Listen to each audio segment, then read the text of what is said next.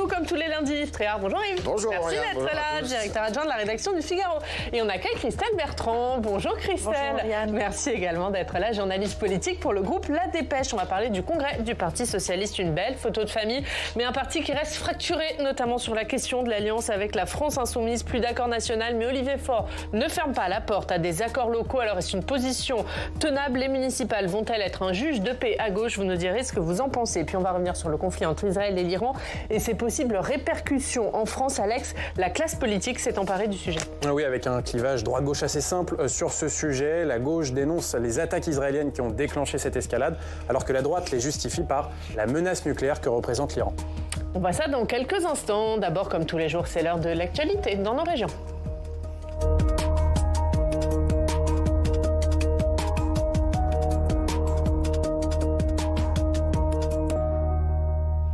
À l'approche de l'été, avec le dérèglement climatique, la crainte des feux de forêt géants ressurgit, y compris dans des régions jusqu'à présent relativement épargnées. C'est le cas de la Bretagne et la région s'y prépare. Un nouveau feu dévastateur dans la forêt de Paimpont. C'est le scénario d'un exercice XXL auquel ont assisté Natacha Astor et Thibaut Boulet pour TVRN. Ici, dans la légendaire forêt de Brocéliande, en août 2022, 400 hectares ont été détruits par le feu. C'est l'équivalent de 560 terrains de foot. Alors pour se préparer à ce genre d'intervention hors norme, 200 sapeurs-pompiers bretons ont participé à un exercice de grande ampleur, appuyé par un bombardier d'eau et un hélicoptère. Pour un départ de feu au niveau de la route qui se situe ici sur la commune de Paimpont. On était vraiment sur un feu important, donc on a demandé très rapidement une montée en puissance des moyens.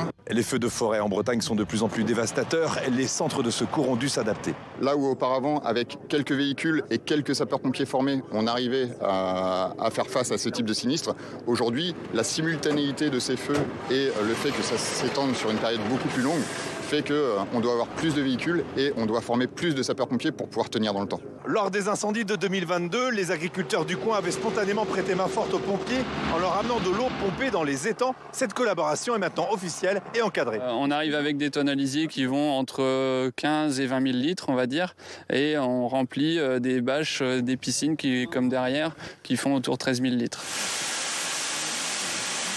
On est allé donc chercher l'avant du feu.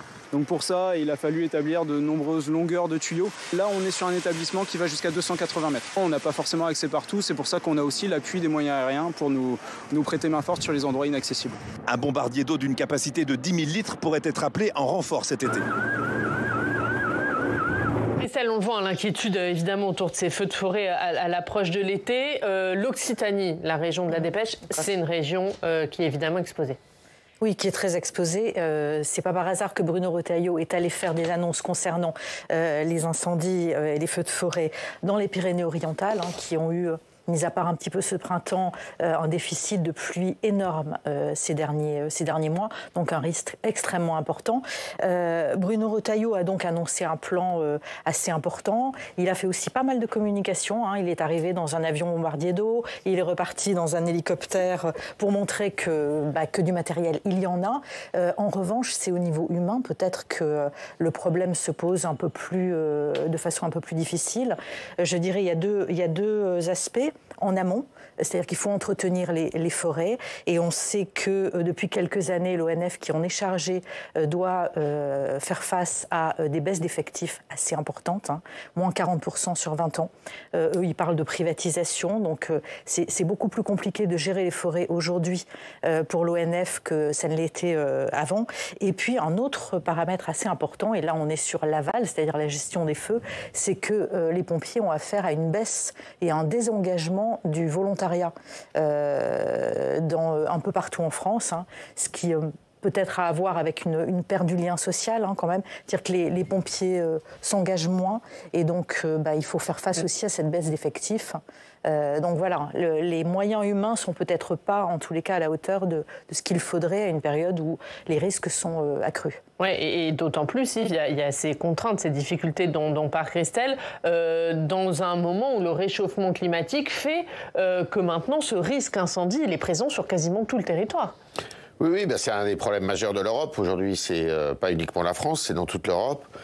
Et effectivement, il y a un problème de recrutement. D'abord parce que ils sont souvent pris comme cible maintenant, hein, pour cible les pompiers.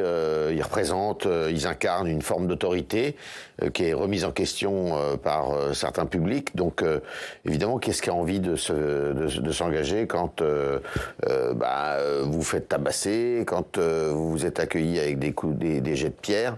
Bon, c'est quand même assez délicat.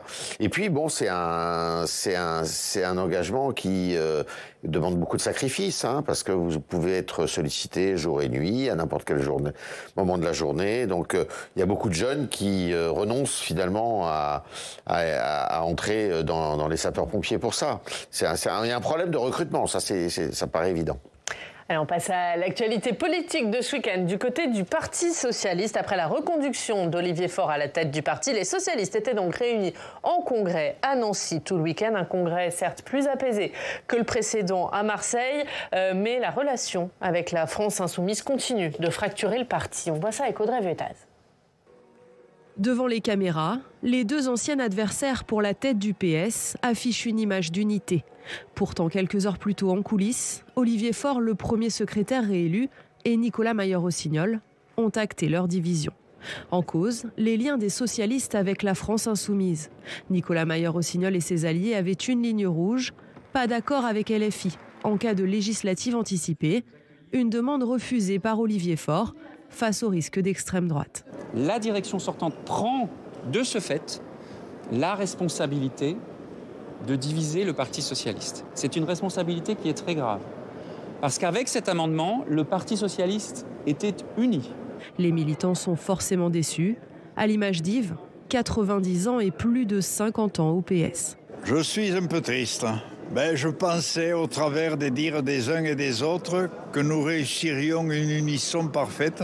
Mais sur scène, Olivier Faure persiste. Tant qu'ils auront pour unique obsession LFI, ils ne feront que témoigner de la domination psychologique que la gauche radicale exerce sur eux. Pour les soutiens du premier secrétaire, la victoire même serrée de leur candidat a déjà tout éclairci. Et il n'est plus question de rouvrir des négociations. Monsieur Mayer-Rossignol peut avoir eu pendant ce congrès une ligne. Ce n'est pas celle qui a été retenue par les militants. Ça s'arrête là. Le reste, ça sera des réconciliations en famille. Réconciliation nécessaire car le PS doit maintenant préparer les municipales. En cas d'échec du parti à ces élections, il lui sera difficile d'être en position de force à la présidentielle. Yves, on voit la belle photo de famille, hein, et Olivier Faure et Nicolas Mayer-Rossignol qui se sont efforcés de se montrer unis. Mais est-ce qu'il ressort de ce congrès de Nancy un parti qui reste néanmoins fracturé? Oui, c'est la suite du Parti socialiste, saison je ne sais pas combien. C'est toujours dans l'ambiguïté la plus totale. Donc de toute manière, c'est un parti qui va suivre Jean-Luc Mélenchon si nécessaire. Ça paraît assez évident. Pour vous, il n'y a pas de rupture plus que précédemment? Non, il n'y a rien du tout. Il se passe circuler, il n'y a rien à voir. Et de toute manière, vous savez, il a été dit, je crois, la semaine dernière, il n'y aura pas d'accord global, il y aura pour les municipales des accords locaux, mais des accords locaux, s'il y en a partout en France, c'est comme un accord global, quoi. Je veux dire, bon, on ne va pas se raconter d'histoire. Je pense que le Parti socialiste est en train de perdre pas mal d'ouailles en ce moment. Je pense qu'il est en train de perdre son identité. Je pense qu'il est en train de montrer sa faiblesse, parce que c'est un parti qui est très faible. C'est un parti qui est en train de lentement mais sûrement décliner, contrairement d'ailleurs au parti Les Républicains, puisque les deux partis étaient quand même dans un état de décomposition avancée assez forte. Mais les Républicains ont réussi, semble-t-il, à se reconstituer. J'ai peur que le Parti socialiste, ce ne soit pas son cas. Il n'y a aucune figure forte qui se dégage, il n'y a pas une voix qui se dégage, il n'y a pas de dynamique, si vous voulez. Il y a une espèce de sauvons les meubles. Le PS a raté son congrès, pour vous, Christelle? Les uns et les autres espéraient réussir une synthèse quand même.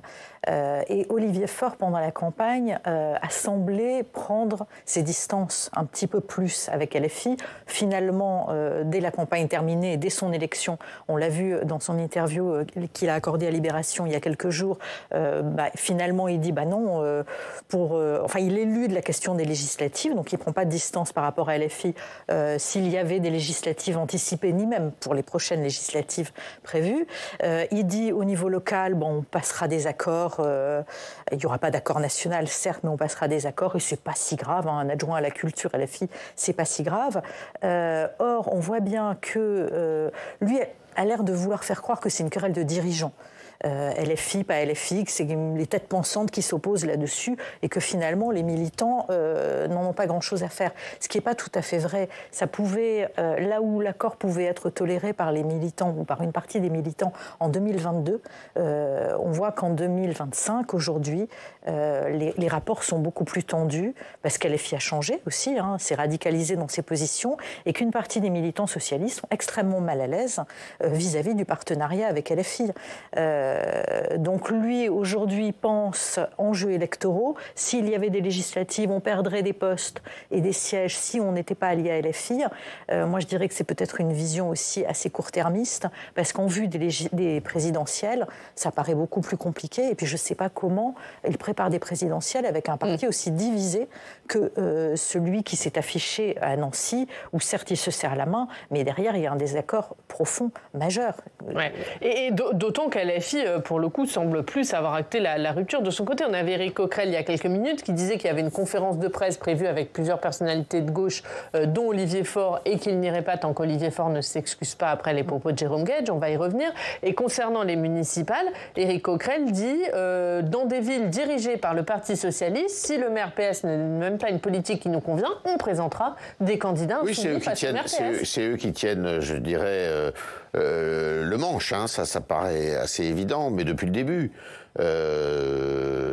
Alors je sais que quand ils partent dans des élections séparément, comme ça a été le cas aux européennes, ils arrivent.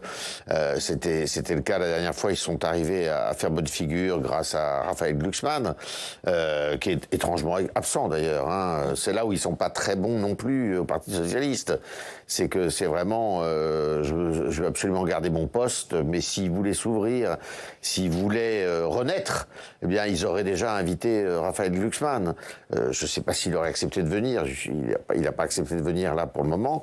Mais il faut qu'il y ait, si vous voulez, il faut qu'ils aient leur congrès d'Épinay. Ça paraît assez évident. Ça veut dire que l'avenir du PS, il passe par Raphaël Glucksmann pour vous ? Je ne sais pas si ça passe par lui, mais ça passe par une ouverture. Or là, c'est un parti qui me paraît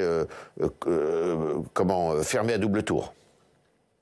En tous les cas, on sent qu'il va y avoir un questionnement de la part de ce qu'on appelle l'aile droite, qui se trouve aujourd'hui derrière Nicolas Mayer-Rossignol, sur l'avenir. Alors ça paraît compliqué d'imaginer qu'il quitte le Parti socialiste, mais on sent qu'ils vont faire pression pour s'éloigner quand même de cette ligne LFI. Alors, il y a des petites choses intéressantes qui se passent, ça paraît picrocollant aujourd'hui, mais il y a eu un rapprochement la semaine dernière entre François Rebsamen, ministre de François Bayrou aujourd'hui, mais ancien du Parti socialiste, et Bernard Cazeneuve. Qui semble dire on pourrait construire quelque chose à gauche. Que va faire François Hollande ? Ça n'a pas l'air d'être la ligne d'Olivier Faure. C'est pas du tout la ligne d'Olivier Faure. En revanche, des Nicolas Mayer-Rossignol peuvent regarder ça avec attention. Je ne dis pas que des choses se feront, mais en tous les cas, on sent que les choses bougent. Dans quel sens, on ne sait pas encore, mais il y a une forte pression sur les épaules d'Olivier Faure aujourd'hui. Je crains fort que le Parti socialiste ressemble beaucoup à la SFIO. Non, c'est pas... À la veille en congrès d'Épinay. Il y a une phrase qui a fait beaucoup de bruit ce week-end à Nancy. C'est une phrase qui a été prononcée par le député socialiste de l'Essonne, Jérôme Guedj, qui a qualifié Jean-Luc Mélenchon de salopard antisémite. On va voir ce qu'en dit ce matin le premier secrétaire du PS, Olivier Faure. Autrefois, il y avait, quand on n'était pas d'accord, on prenait rendez-vous à l'aube le matin et on organisait un duel. Et que ces deux-là, s'ils veulent se parler, ils se parlent dans un coin, mais ils ne viennent pas polluer l'ensemble du débat politique où nous avons besoin de retrouver une gauche forte face à une extrême droite qui est ultra dominante. Comment peut-on aujourd'hui à ce point avoir un débat qui oppose la gauche à la gauche en permanence, alors que vous avez l'extrême droite qui est aux portes du pouvoir, non seulement en France, mais aussi en Europe et même dans le monde. Et donc, si ces gens-là avaient 2 secondes un intérêt pour le pays, eh bien, ils cesseraient en fait ces jeux qui sont des jeux politiques qui ne mènent nulle part. Alors on a l'impression qu'Olivier Faure, il s'excuse pas comme lui demande LFI, mais qu'il approuve pas non plus ce qu'a fait Jérôme Guedj ce week-end. Oui, alors Jérôme Guedj, ça s'apparente à un coup de sang, hein, mais il était blessé, je dirais, presque dans sa chair, enfin dans son identité, dans sa personne, et on comprend. Il a été souvent malmené dans les manifestations ces derniers temps. Il a été, je dirais, malmené aussi par certains propos de Jean-Luc Mélenchon absolument détestables, qui ressemblaient à ce qu'on a connu de pire dans les insultes ou je dirais dans la rhétorique de l'entre-deux-guerres, en tous les cas, c'est-à-dire antisémite. Et donc Jérôme Guedj a été victime d'antisémitisme. Donc une victime d'antisémitisme, comme on sait que eh bien c'est quelqu'un qui a du caractère, Jérôme Guedj, il a réagi, et il a réagi comme ça. Alors c'était effectivement très très très très fort. Ça a perturbé finalement le petit cocon du Parti socialiste où il se passait rien, où Olivier Faure voulait qu'il ne se passe rien. Il s'est passé quelque chose, et simplement maintenant il a eu raison d'une certaine façon de mettre les pieds dans le plat. Il en a assez de se faire insulter. Et donc, il a accusé Jean-Luc Mélenchon d'antisémitisme, et la France insoumise qui flirte souvent quand même avec l'antisionisme, et on sait ce que c'est que l'antisionisme. Et ça va rester un sujet de fracture entre le PS et les insoumis, mais qui risque aussi de poser des problèmes au sein même du PS. Oui, parce que, alors je suis d'accord avec Yves, il y a un aspect personnel. C'est vrai qu'il a été agressé de nombreuses fois. Et là, on sent un ras-le-bol, on sent quelque chose de très émotionnel dans les paroles de Jérôme Guedj. Mais en même temps, c'est un homme politique. Il sait ce qu'il dit, il sait où il le dit. Et moi, j'ai l'impression qu'il force aussi, qu'il pousse un peu les feux au sein du Parti socialiste. C'est-à-dire, comment peut-on rester dans un parti qui pourrait s'allier avec quelqu'un qu'on traite de salopard. Donc c'est aussi ça qu'il est en train de poser comme débat, c'est LFI est dirigé par un salopard, on ne peut plus s'allier à ce parti-là. Donc qu'est-ce qu'on fait? Et il le dit... Oui, la logique voudrait qu'il s'en aille. Voilà, et donc il force un peu Olivier Faure à prendre position. Olivier Faure est un peu pris en tenaille, ne répond pas ce matin, mais on sent bien que le débat ne fait que recommencer en fait, et qu'on repart sur les mêmes bases et sur les mêmes débats qui avaient lieu avant la campagne interne au PS. On va parler de la question d'Israël alors que les attaques se poursuivent entre Israël et l'Iran. Alex, on va voir avec vous quelles sont les positions des responsables politiques français sur ce conflit. Oui, on commence par la position du gouvernement dans la droite ligne de celle d'Emmanuel Macron. Il s'agit d'appeler à la désescalade entre les deux pays, mais de rappeler le droit d'Israël de se protéger contre la menace nucléaire de l'Iran. On va écouter le ministre des Affaires étrangères, Jean-Noël Barrot, qui était hier sur Public Sénat. Le programme nucléaire iranien est une menace existentielle pour la sécurité d'Israël, mais au-delà pour la sécurité européenne.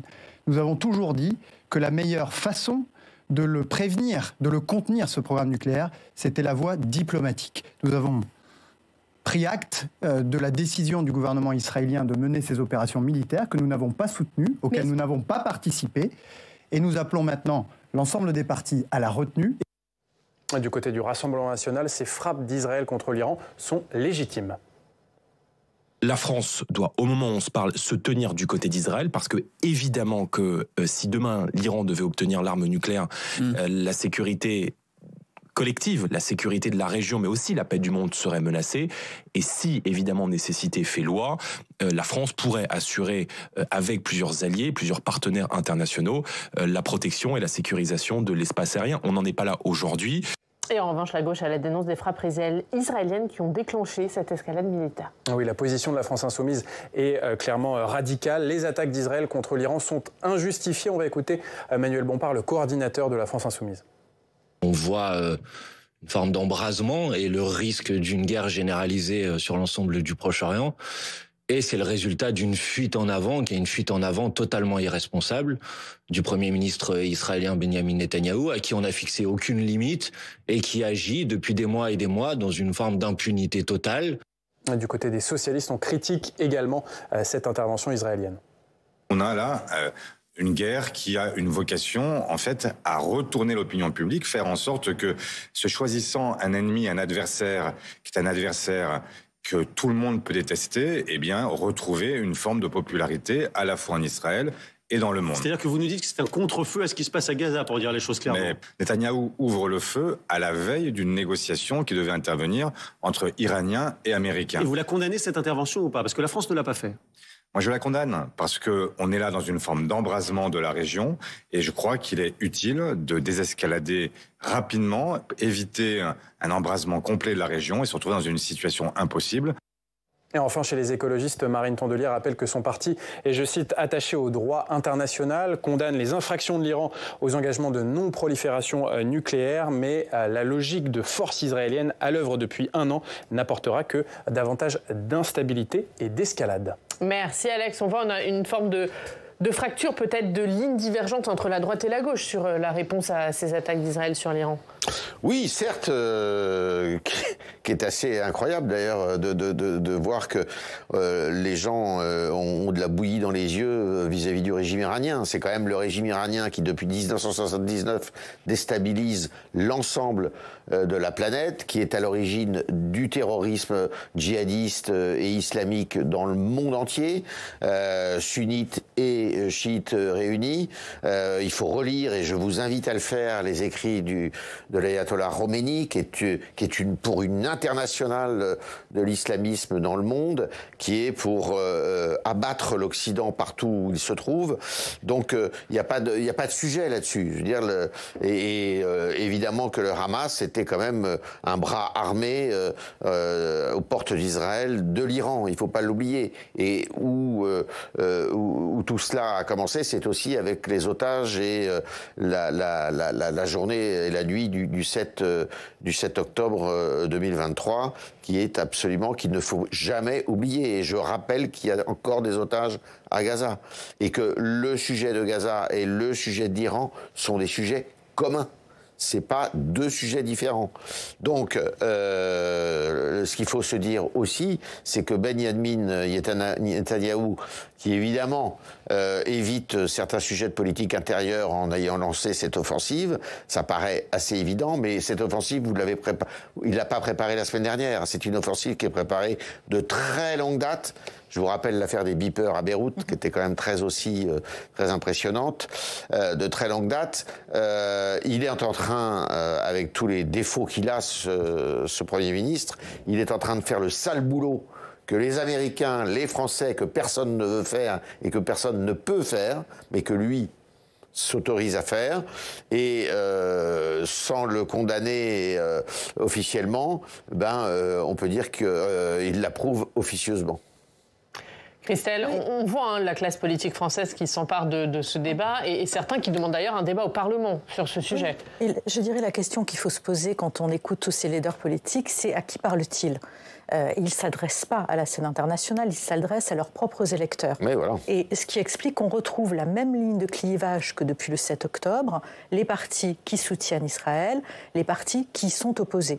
Et dans ces leaders politiques, le seul qui a changé de position finalement, c'est Emmanuel Macron, qui lui s'adresse à la fois à ses électeurs et au territoire national, mais aussi à l'international, qui jusqu'à présent était très critique vis-à-vis d'Israël, qui entretenait d'ailleurs des relations très compliquées avec Benjamin Netanyahou, et qui là se retrouve plutôt en soutien d'Israël, jusqu'à dire que si Israël était attaqué, la France pourrait participer à sa défense.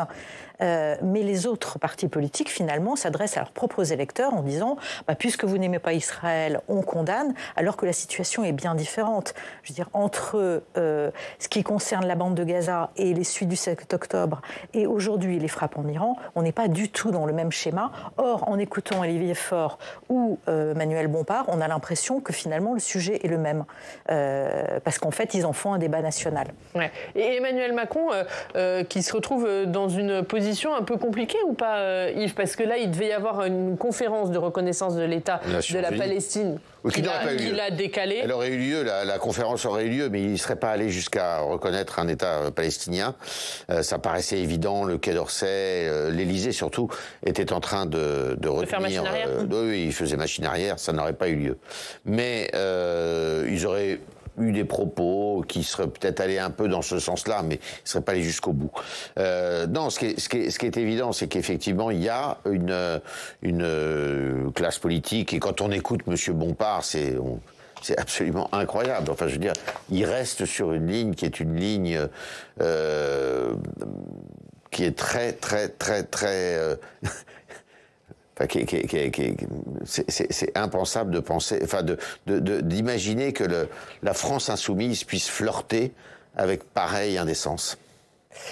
Merci à tous les deux. On va terminer sur une note positive. Samedi, coup de jeune au Sénat, 265 collégiens issus d'une soixantaine de départements ont pris la place des sénateurs. Ils ont fait un travail législatif et se sont même mis d'accord sur une proposition. On voit ça avec Adrien Pain. Il faut normalement attendre 24 ans pour devenir sénateur. Mais ce matin, exceptionnellement, les élus de la Chambre haute ont un peu rajeuni. En commission, ces collégiens et lycéens planchent sur une proposition de résolution européenne. Elle vient d'être déposée cette semaine au Sénat et porte sur un sujet dont ils sont les premiers concernés, les réseaux sociaux et la protection des mineurs. Ils aiguisent d'abord leurs arguments pour rédiger leurs propres amendements. Quand on fait 1 ou 2 heures, l'application elle se bloque et comme ça. Ok, ouais, c'est très et c'est les parents qui peuvent faire ça. Et comment on l'a formé? On l'a mis en nouvelle alinéa, ou on met en 13e? Moi je me suis attelée aux réseaux sociaux avant 13 ans et de 13 ans à 17 ans de mettre une limite de temps. Mais après il n'y a pas de ça, il y a aussi le contrôle des jeux violents. Donc, qui ont causé certains faits cette semaine. Mais interdire, c'est peut-être un peu trop... Il faudra trouver un juste milieu. Puis place à l'examen des amendements. D'entrée de jeu, ils ne mâchent pas leurs mots sur le texte. On ne veut pas faire comme ce que vous avez fait. On doit avoir notre propre identité, faire différemment. Et je pense que... À leur âge, ils n'appartiennent pas encore à un groupe politique, mais cela n'empêche pas les désaccords. Notamment sur une question, faut-il interdire les réseaux sociaux aux plus jeunes ou simplement les éduquer? Certains alertent sur le contenu choquant auquel ils sont exposés. On tombe sur des publications interdites aux moins de 18 ans. Ça, par exemple, c'est la première chose que je vois. Je trouve ça pas normal. Face à ce constat, cette collégienne propose de permettre de vérifier l'âge des utilisateurs avec un site gouvernemental. C'est que si on fait un contrôle de l'information par le gouvernement, on rentre dans un système qui ne s'appelle plus la démocratie. Le vote final du texte est très large, presque une totalité de voix pour. Seule une collégienne s'est abstenue. Très bien, je vous remercie, la séance est close. Reste à savoir si quelques amendements de ces adolescents seront gardés par les sénateurs. On suivra ça. Ça fait plaisir, il y a encore des jeunes qui s'intéressent à la politique. Je suis sûr qu'ils s'intéressent pour la plupart d'entre eux à la politique. Ça c'est positif. Allez, on va terminer en regardant ce qu'il y a à la une de la presse régionale tout de suite avec Alex.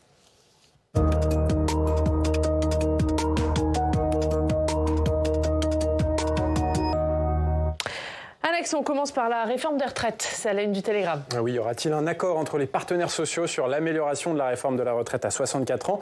Le conclave voulu par François Bayrou au début de l'année, qui avait mis autour de la table syndicats et patronat, eh bien ce conclave, il va connaître demain sa dernière séance de négociation. Alors il n'y aura pas d'accord pour avancer l'âge de départ à la retraite à 63 ou 62 ans, mais en revanche, ce conclave pourrait aboutir à un accord pour mieux prendre en compte la pénibilité au travail dans les calculs des points de retraite. À l'issue de ces négociations, le Premier ministre présentera ses arbitrages avec peut-être une loi débattue au Parlement. C'est ce qu'il avait en tout cas promis aux socialistes pour éviter la censure. Et en cas de débat au Parlement, eh bien, la question de l'âge de départ à 64 ans sera là remise sur la table. Le salon du Bourget ouvre ses portes aujourd'hui. Oui, c'est à la une de la Dépêche du Midi.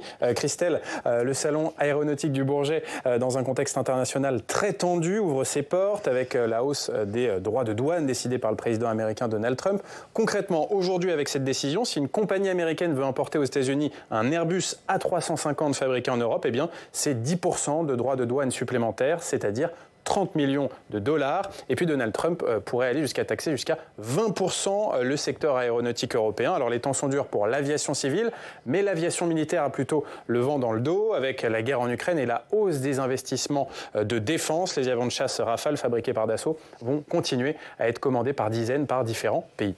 Allez, une pensée pour tous les lycéens qui passent le bac, coup d'envoi des épreuves. Et oui, plusieurs journaux régionaux titrent sur le début des épreuves du bac pour les filières générales et technologiques. Comme chaque année, les lycéens commencent aujourd'hui avec l'épreuve de philosophie. 724 000 candidats sont rassemblés pour ces épreuves. Le coût est estimé à environ 100 € par candidat, ce qui fait un total de 74 millions d'euros. Et le journal Le Midi Libre revient sur la complexité d'organiser de telles épreuves. Par exemple, avec les épreuves de langue, il y a 58 langues qui sont enseignées au lycée, donc 20 qui ont été choisis par moins de 50 élèves dans toute la France, sans oublier les spécialités, les options théâtre, danse, cinéma, art plastique. Cela fait autant de copies en plus à corriger, de salles organisées, de personnel à mobiliser. Allez, comme tous les lundis, on finit par du sport. Et oui, et par du cyclisme.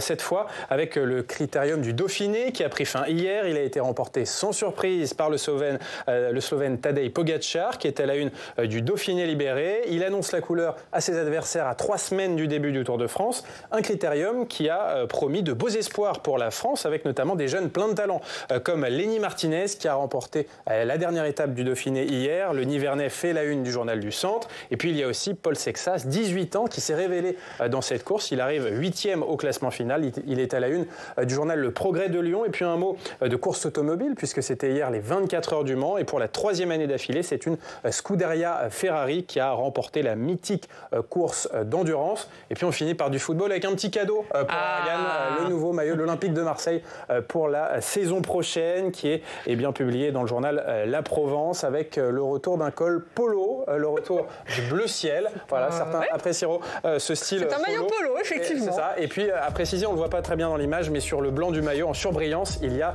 les 10 logos de l'histoire de l'Olympique de Marseille. Très, très beau maillot, alors c'est bon. Venant de vous, j'imagine. En toute objectivité. Évidemment. Merci beaucoup, Alex. Merci d'avoir été avec nous. Merci beaucoup, Christelle Bertrand. Et merci, Yves. On a vu la une de la Dépêche, la une du Figaro. C'est pilonné par Israël, le régime iranien qui tremble sur ses bases. Et puis, c'est Jean d'Ormesson également. Et il aurait eu 100 ans. Aujourd'hui, donc on revient sur Jean d'Ormesson qui nous a quittés il y a quelques années. Et c'est à lire dans le Figaro. Merci à tous les deux, merci à tous de nous avoir suivis. Et nous, on se retrouve demain. Très bonne journée sur le canal 8 de la TNT. À demain.